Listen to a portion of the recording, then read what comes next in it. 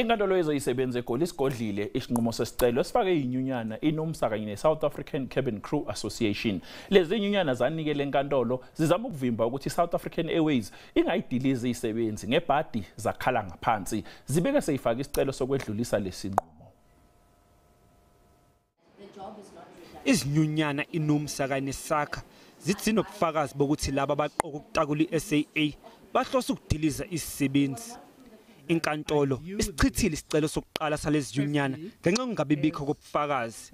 Izinyunyana zibe sezibeka ubufakazi benkulumo eqoshiwe ngaphambi kwenkantolo lapho umphathi othize wakwa-SAA etshela izisebenzi ukuthi zingeze emsebenzini kusukela ngoNdasa kulonyaka. Abameli be-SAA banembuzo ngobuqotho balobufakazi. Baphinde banxusa izinyunyana ukuthi zilinde kuze kuphume isinqumo mayelana nezinhlelo zokutakulwa kwale nkampani.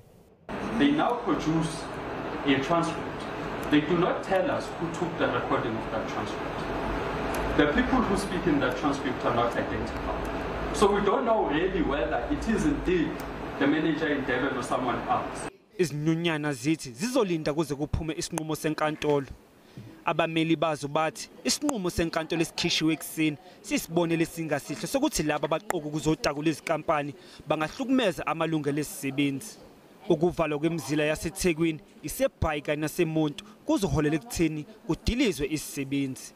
It is creating fertile ground for business rescue practitioners to abuse and to completely disregard the rights of employees and merely implement all kinds of restructuring processes, etc., and then afterwards implement or publish a business rescue plan and implement it.